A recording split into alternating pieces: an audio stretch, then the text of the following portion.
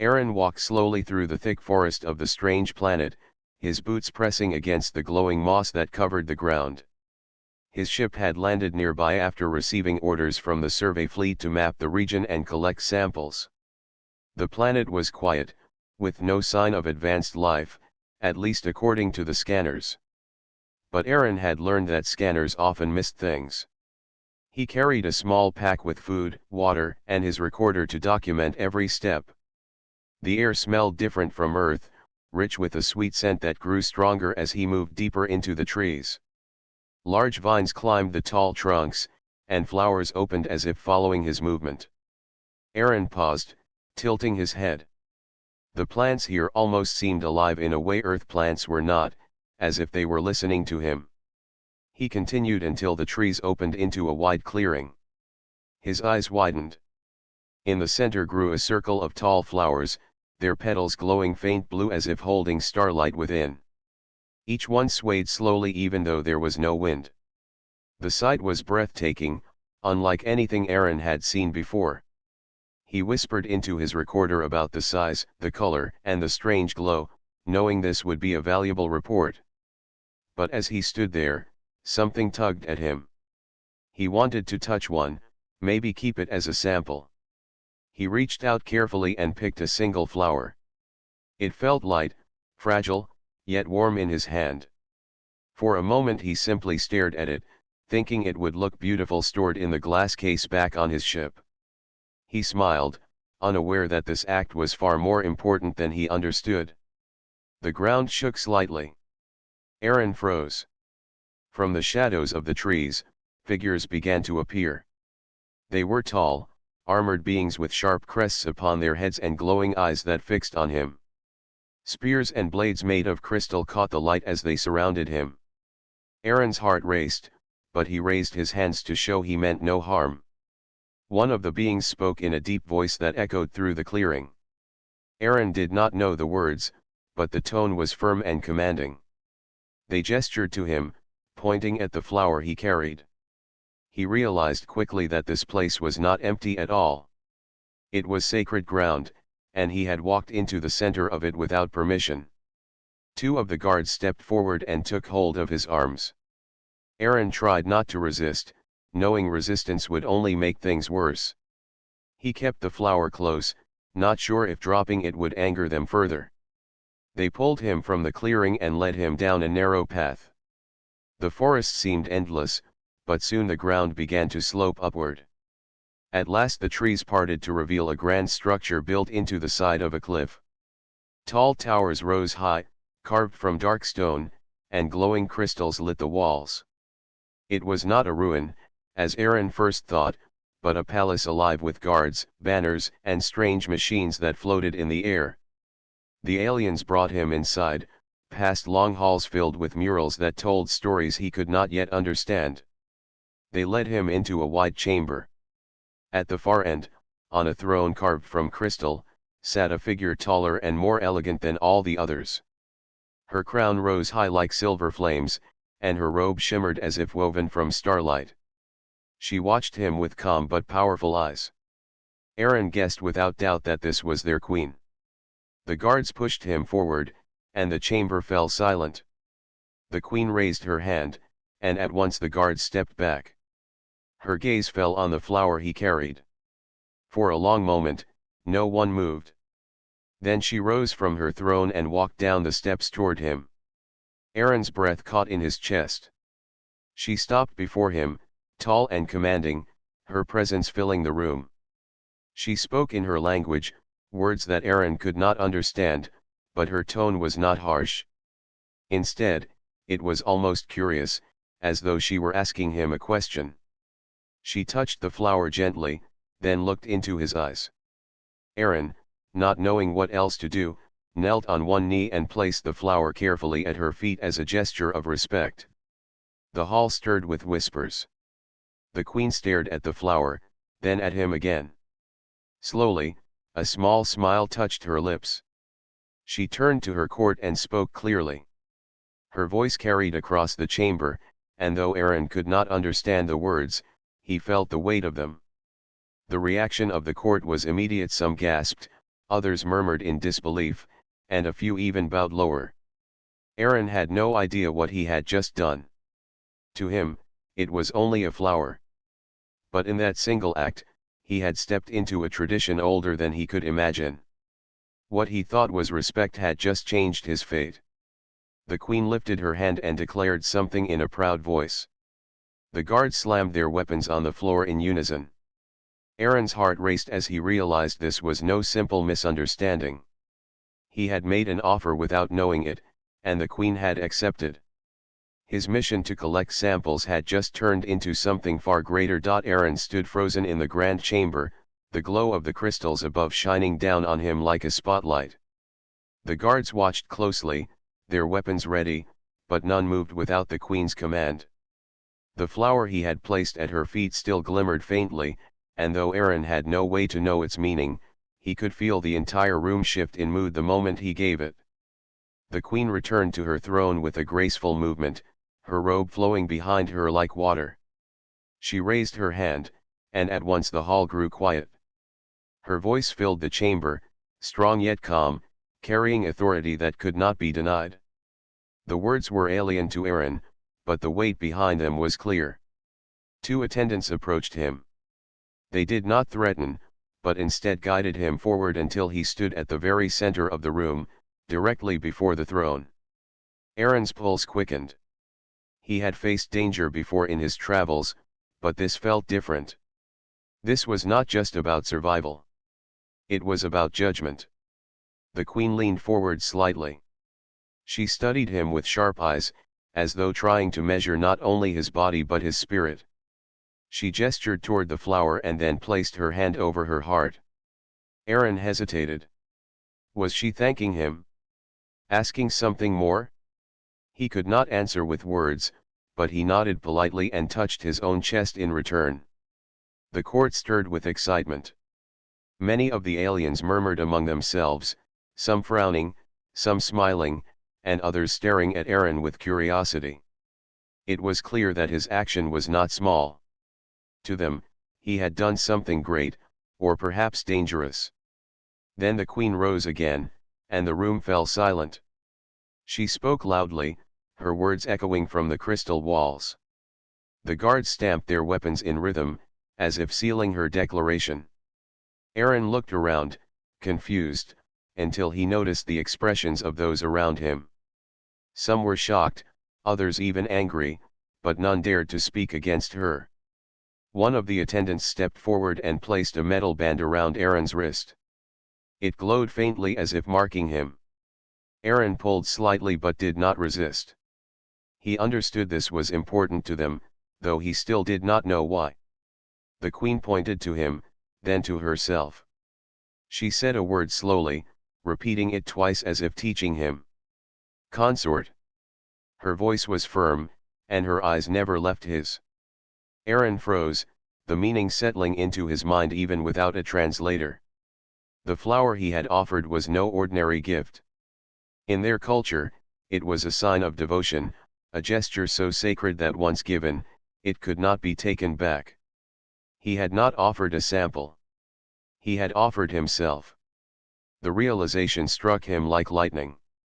He tried to speak, raising his hands in protest. No, you do not understand. I did not mean that. In my world, a flower is only a gift, a sign of peace, not. He stopped, knowing the words would not reach her. His language was foreign to them, just as theirs was to him. Still, his tone carried meaning, and the queen tilted her head, studying him. She was not angry. If anything, she seemed amused by his attempt to explain. Then she raised her hand again, silencing the court. An older alien with markings across his arm stepped forward. He looked like an advisor. He spoke directly to the queen, his voice sharp, and then gestured at Aaron with clear disapproval. The court grew tense, divided. Aaron could see it in their eyes. Some wanted him gone. Others wanted him accepted. The queen listened but did not waver. When the advisor finished, she stood tall and raised her staff high. With a single strike against the floor, the chamber rang like a bell. Her voice cut through the tension with authority no one could challenge. She declared her decision, and the court bowed in acceptance, though some did so reluctantly. Aaron's heart pounded. He did not know the full meaning of her words, but he knew the result. Whatever had just happened, the queen had claimed him before all her people. There was no turning back. The guards released him, and attendants led him to the side of the throne. He stood awkwardly as the queen returned to her seat. The court continued their rituals and discussions, but eyes often turned toward him. Aaron felt both exposed and important at the same time. He thought about Earth, about the survey mission, about his ship waiting in the forest. All of that seemed far away now. His path had changed. He was part of something larger than himself, caught in a web of tradition he did not understand. Yet deep inside, he also felt a strange pull. The queen's gaze had not been cold or cruel. It had been steady, as if she saw something in him even he did not yet see. As the session in the chamber ended, attendants guided him to private quarters within the palace. The halls were carved with images of stars, battles, and great leaders of the past. Aaron walked silently, still clutching the memory of the queen's words. He sat down in the chamber prepared for him, staring at the glowing wristband. The truth weighed on him. He had not just been judged. He had been chosen. And whether he liked it or not, his life had just become tied to the throne of the alien queen. Aaron woke in the palace chamber, the faint glow of crystals lighting the walls. For a moment, he forgot where he was. The bed was softer than anything on his ship, and the air smelled of flowers carried in through the carved stone windows. Then he looked at his wrist and saw the glowing band. The memory returned at once. The queen had declared him her consort, and all her people had witnessed it. He sat up slowly, trying to clear his thoughts. He had not come here to make alliances or to join an alien royal court. His mission had been simple: survey the land, collect samples, and return to the fleet. Now, he was at the center of a tradition older than he could imagine. The door opened with a low hum, and two attendants entered. They bowed lightly before gesturing for him to follow. Aaron stood, uncertain but curious. He knew resistance would be foolish. Until he understood more, it was safer to cooperate. They guided him through long corridors decorated with murals. Some showed the queen's people battling great beasts. Others showed celebrations where flowers were offered to tall figures seated on thrones. Aaron paused as his eyes caught one detail. In every scene of joining or coronation, the glowing flower was always present. His stomach sank. It was no mistake. The flower he had offered was part of a sacred custom, a symbol of devotion and unity. The attendants brought him to a wide council chamber. There, nobles and leaders were gathered in a circle around a large table of crystal. The queen sat at the head, tall and regal, her presence commanding silence. Aaron was guided to stand near her side. The meeting began at once. Voices rose around the chamber, sharp and heated. Aaron could not understand the words, but he could see their meaning. Some of the nobles pointed at him with anger, their eyes narrowed, their gestures fierce. Others spoke calmly, defending his presence, though their voices carried tension. The queen listened to all of them, her face calm, her hands resting lightly on the arms of her throne. When one noble raised his voice too high, she silenced him with a single glance. Yet still, the debate went on. Aaron stood in silence, wishing he had a translator. Still, he could read the room. Half the council saw him as a danger. The other half saw him as a chance. He had not chosen either role, but now he was both. At last, the queen rose to her feet.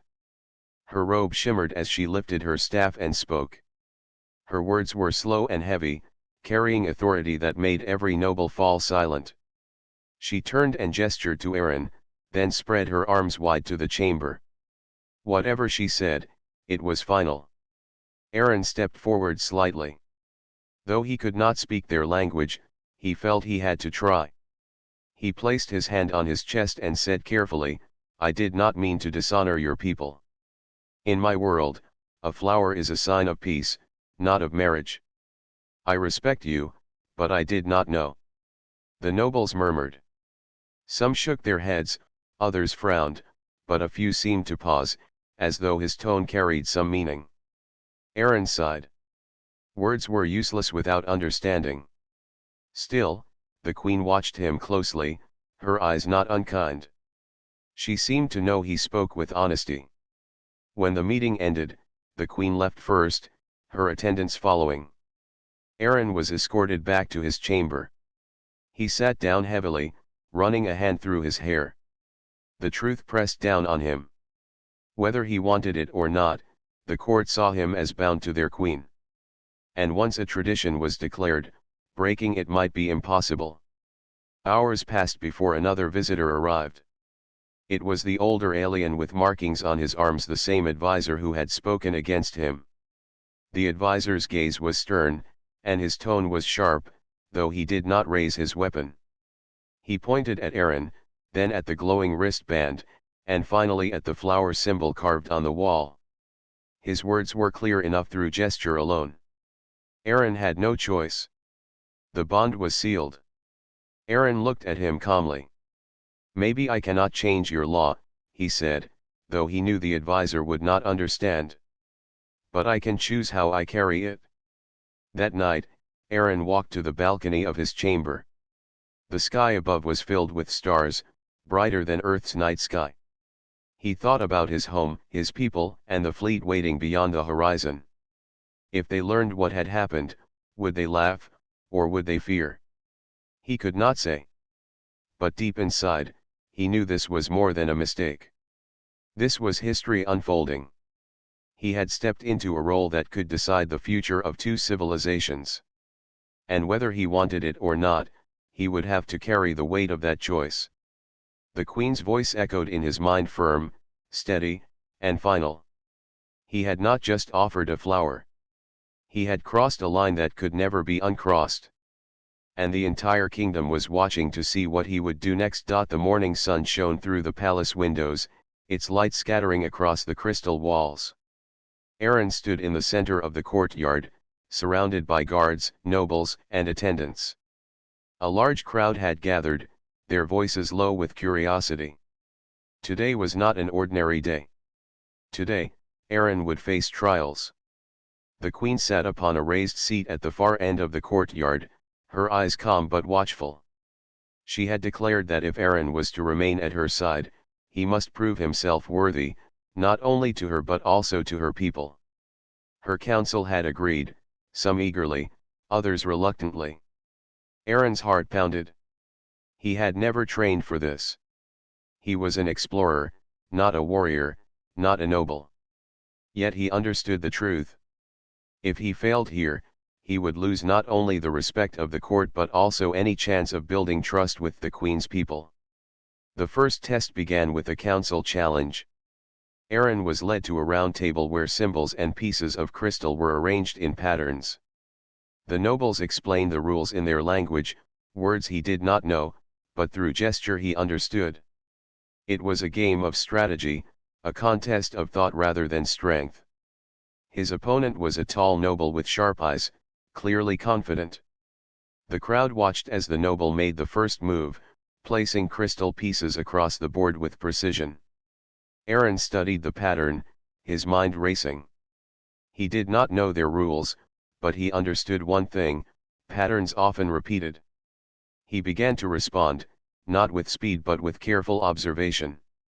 Each time the noble tried to trap him, Aaron adjusted, turning the board to his advantage. The match lasted longer than expected. At last, Aaron placed a piece that blocked his opponent's path completely. The noble froze, eyes narrowing in surprise. The crowd erupted with murmurs. Aaron leaned back, breathing hard, realizing he had won by patience, not by knowing the game fully. The queen's lips curved into a faint smile. The second test was of courage. Guards led Aaron beyond the palace walls into the dense forest. A large beast, four-legged with horns like branches and glowing eyes, was released into the clearing. The crowd formed a wide circle at a safe distance, eager to see the outcome. Aaron's only weapon was a staff given by the guards. The beast charged, its hooves shaking the ground. Aaron gripped the staff tightly, his body tense. He could not overpower such a creature with strength. He had to outthink it. As the beast lunged, Aaron rolled aside, using the staff to strike its flank lightly, more to guide it than to harm it. The creature turned, frustrated. Aaron remembered how animals on Earth reacted. Many could be redirected if you used their momentum against them. He began to dodge carefully, leading the beast in circles. Each time it rushed, he avoided the horns and tapped it away, tiring it out. Slowly, the beast slowed, its breaths heavy. At last, it lowered its head, no longer eager to fight. Aaron lowered his staff too, showing respect. The crowd grew silent, then erupted into cheers. He had not slain the beast. He had calmed it. For the Queen's people, this was unusual but powerful. They valued victory, but they also valued wisdom. The third and final test was of honor. Aaron was brought back to the palace courtyard where a warrior waited, clad in armor and holding twin blades. The duel would not be to death, but it would be real. Aaron's only weapon was a simple wooden sword. He swallowed hard. He knew he could not match skill with the warrior. The fight began.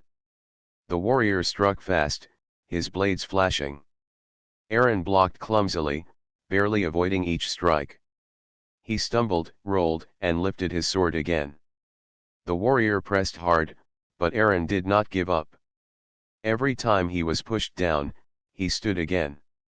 His arms ached, his breath burned, but his will did not break. The crowd grew louder with each exchange. They expected him to fall quickly, but Aaron kept fighting. He began to notice small openings, moments when the warrior's strikes left gaps. Instead of trying to win, Aaron focused on survival, turning the duel into a test of endurance.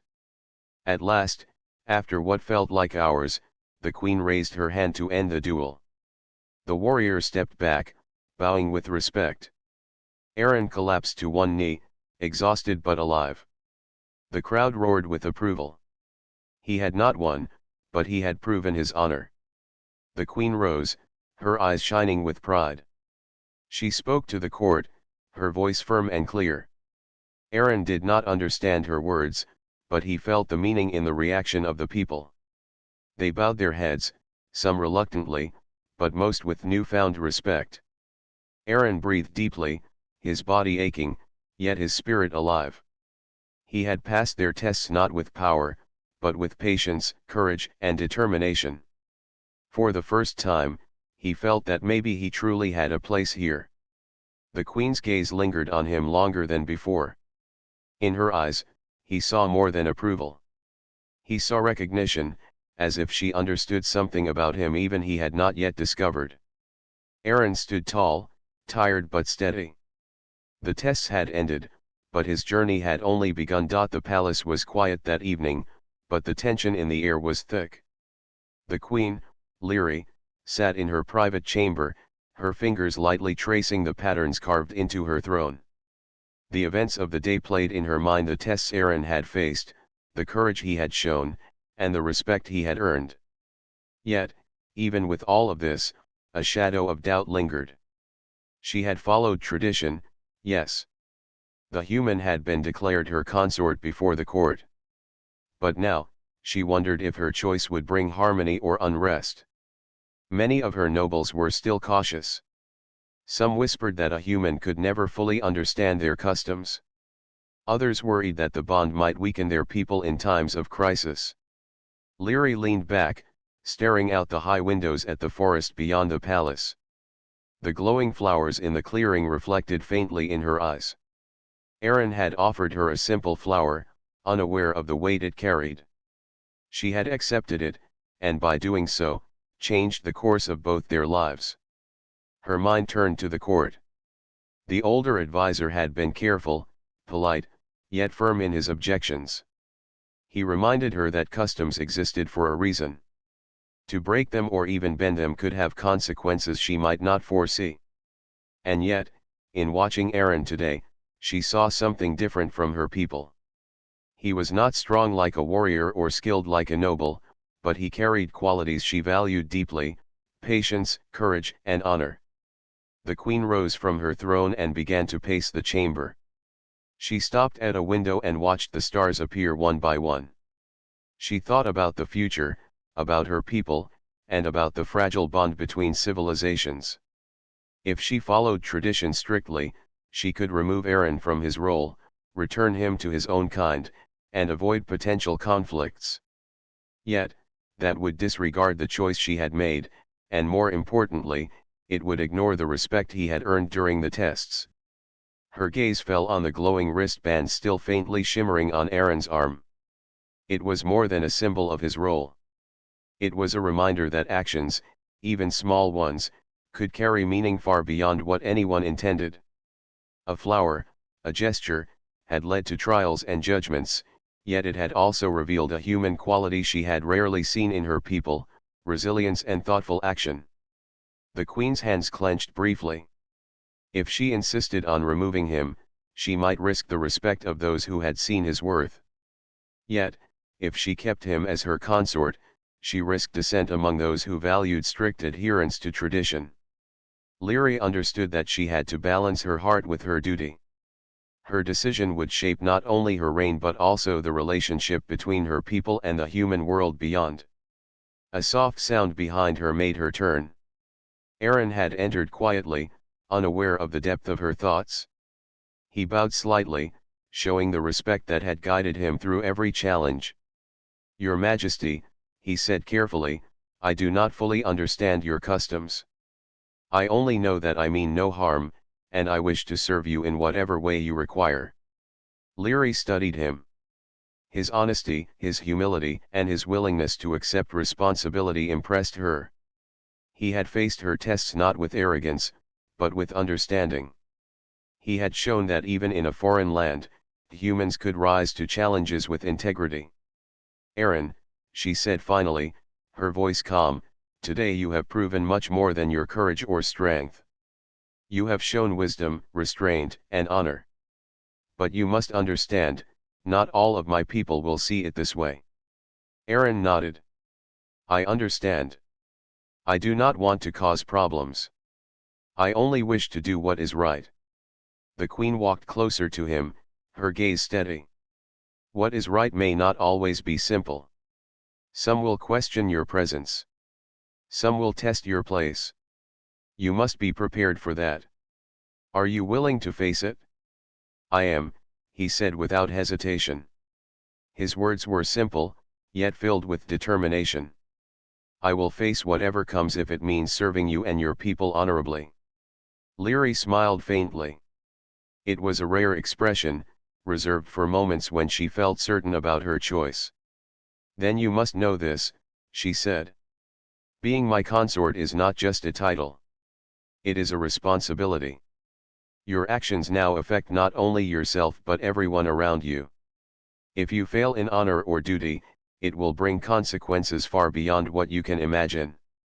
"I will do my best," Aaron replied, bowing his head slightly. "I promise to respect your people and learn from you." The queen considered his words, weighing them carefully. Finally, she placed a hand on his shoulder. "Very well. You shall remain by my side. But understand this: respect is earned, not given. You must continue to prove yourself each day." Aaron met her gaze, and for the first time, he felt a quiet confidence. The path ahead would not be easy, but he now understood the responsibility he had accepted. The queen stepped back and gestured toward the balcony. Together, they looked out at the palace grounds. The forest glowed in the evening light, the flowers reflecting the last rays of the sun. Leary knew that decisions like this were never simple, but she also knew that sometimes, courage and wisdom came from the most unexpected places. In that quiet moment, the bond between human and alien was strengthened, not by tradition alone, but by choice, honor, and mutual respect. The palace was quiet in the early morning, but tension filled the air like a storm waiting to break. Scouts had returned with urgent news. An enemy fleet, long at odds with the Queen's people, was approaching the planet. Their ships glinted in the distant sky, moving fast and organized. The court gathered immediately, voices rising in alarm and debate. Aaron stood at the edge of the council chamber, watching as the Queen listened to reports. She remained calm, her presence steadying those around her. But even she could not hide the weight of the moment. The survival of her people, the palace, and the planet itself now rested on decisions made in the next few hours. Some nobles turned to Aaron, whispering angrily. They did not trust a human to influence matters of war. Others, however, looked at him with cautious hope. He had already proven himself in the tests, showing courage, honor, and intelligence. Could he offer strategies the aliens had not considered? The Queen motioned for silence.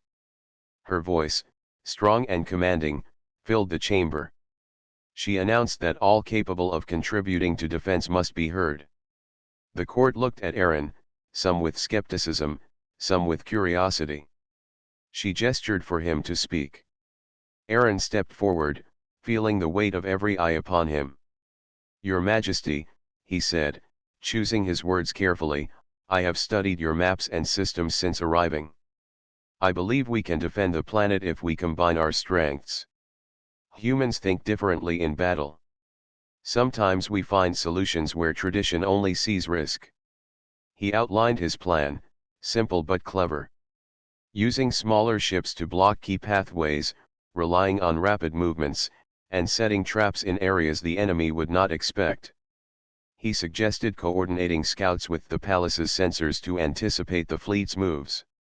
The court listened in silence, and even the doubting nobles leaned closer, intrigued. The Queen studied him carefully. She could see the logic in his suggestions, yet she also understood the danger of acting on the unfamiliar. A wrong move could mean defeat, even disaster. But looking into Aaron's eyes, she sensed confidence, not arrogance, but careful thought. She nodded slightly and gave the order to prepare. The preparations began immediately. Aliens and humans worked side by side, organizing defenses, repairing ships, and setting traps. Aaron moved among them, offering guidance and encouragement. He spoke clearly, simply, ensuring everyone understood. Slowly, the initial tension in the court eased as people began to trust his judgment. Hours later, the enemy fleet appeared on the horizon, their massive ships cutting across the sky. The palace's defenses activated, energy shields glowing and patrol ships moving into position. Aaron stood with the Queen at the highest balcony, watching as his plan came to life. The battle began with a clash of light and sound. Enemy ships attempted to break through the first line of defense, only to find themselves caught in the traps Aaron had advised. Smaller human-style ships darted in and out, forcing the enemy to divide their forces. The Queen's warriors fought bravely, combining their traditional combat skills with Aaron's strategic guidance. At one critical moment, a large enemy cruiser broke through a shield. Panic threatened to spread among the defenders. Aaron quickly coordinated the smaller ships to intercept it, guiding the palace's energy weapons to target the cruiser's weak points. The combined effort forced the cruiser to retreat, preventing potential disaster. The battle raged for hours. Aaron worked tirelessly, moving among commanders, adjusting strategies, and boosting morale. The Queen watched him, impressed by his calm under pressure. She realized that he had become more than a consort in name, he had become a leader in action, bridging the gap between humans and her people. Finally, as the sun dipped low, the enemy fleet began to withdraw. Their attacks had been met with unexpected resistance, and they were forced to retreat to regroup. The palace and the planet had been saved, thanks to a combination of human ingenuity and alien strength. The court erupted in celebration, cheering for both their warriors and the human who had guided them. Aaron, exhausted but alive, stood beside the Queen. She placed her hand gently on his shoulder, a gesture of respect and recognition. "Today, you have done more than survive," she said softly. "You have shown that courage and intelligence together can change the outcome of even the greatest threat." Aaron nodded, feeling the weight of the day's events. He knew the crisis had tested not just his skills, but his commitment to the Queen and her people. He had stepped into a role he had never sought, yet he had embraced it fully, earning trust and respect in a way he had never imagined. As night fell, the stars above shone brighter than ever. The battle was over, but the bond between human and alien had grown stronger. Aaron understood that his life had changed forever.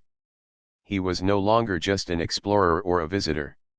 He was part of something larger, a partnership built on trust, courage, and the unexpected power of a single gesture. The morning after the battle, the palace was alive with activity.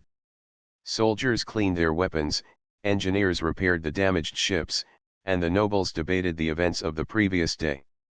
The air was filled with relief, pride, and a quiet curiosity about the human who had changed the outcome of the war. Aaron stood on the palace balcony, looking out at the forest. The glowing flowers reflected the first light of dawn. He could feel the weight of everything that had happened. From the moment he offered a simple flower to the Queen, his life had changed. Now, after the crisis, he realized how deep his bond with the Queen and her people had become. The Queen approached silently. Her robes shimmered in the morning light, and her gaze was steady, calm, and thoughtful. "Aaron," she said, her voice soft but firm, "yesterday you proved not only your courage but your commitment. You acted with wisdom and honor. You faced challenges that no human has faced before in our world." Aaron turned to her, bowing slightly. "Your Majesty, I only did what I thought was right. I wanted to protect your people and serve you. I did not know I could make a difference, but I tried my best." Leary studied him closely. "You did more than try. You changed the outcome of a battle, yes, but also the hearts of my people. Many were skeptical of a human. Many still question your place. Yet your actions have proven that your presence here is not a mistake." The palace attendants had begun to gather nearby, sensing the moment was significant. Even the court nobles had stopped their usual chatter, watching the interaction between the Queen and her human consort. Aaron felt a mixture of pride, nervousness, and humility. "Your Majesty," Aaron said carefully, "I have not been trained for this life. I have no claim to power or title. But if my being here can help your people, I will stay and do my best. I wish only to serve honorably and learn from you." The Queen smiled faintly, her eyes reflecting a mixture of relief and satisfaction. She gestured for him to stand closer. "Aaron, when I accepted your gesture, the flower you unknowingly embraced a role far greater than you imagined.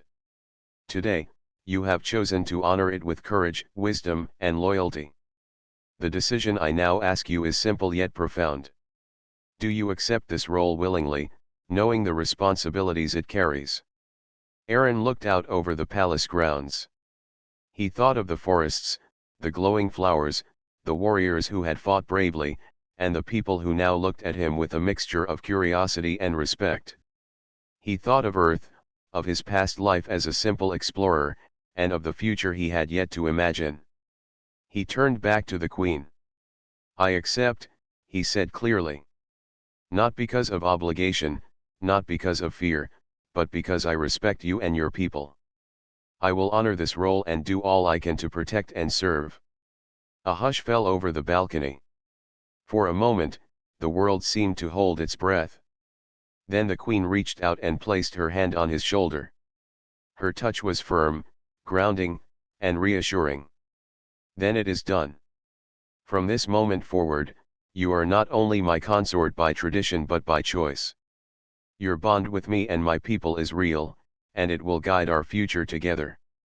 The attendants began a quiet ceremony. They presented Aaron with a simple sash, embroidered with patterns representing unity and trust. The glowing wristband shimmered brightly as if affirming the bond. Aaron accepted it humbly, understanding the significance. This was more than a title. It was a promise to the queen, to her people, and to himself.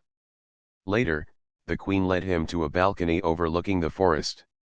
The sun rose higher, illuminating the landscape with a golden glow. The flowers in the clearing swayed gently, reflecting the light like a sea of stars. Aaron realized that a single, small gesture, a simple flower, had brought him here. It had changed his life and, in a small way, the future of this alien world. The queen looked at him, her expression calm and sincere. Aaron, the bond we share is not only tradition. It is trust, respect, and understanding. Together, we will face challenges and guide our people. You have proven that even someone from a distant world can make a difference. Aaron nodded. He felt a deep sense of peace. His journey had been unexpected, full of trials and surprises, yet he had learned that courage, patience, and honor mattered more than strength alone.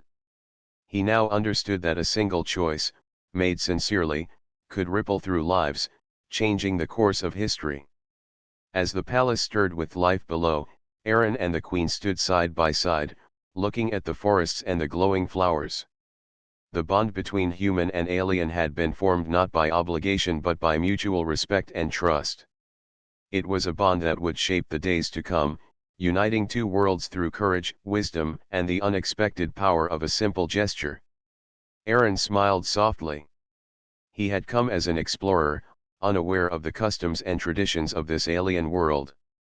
But he would remain as something far more meaningful: a partner, a consort, and a bridge between two civilizations. And with the queen by his side, he knew they could face whatever the future held together. The stars above shone brightly, reflecting in the crystal walls of the palace. Below, the forest swayed gently, alive and peaceful. The chapter of uncertainty had ended. A new chapter, full of promise and shared purpose, had begun.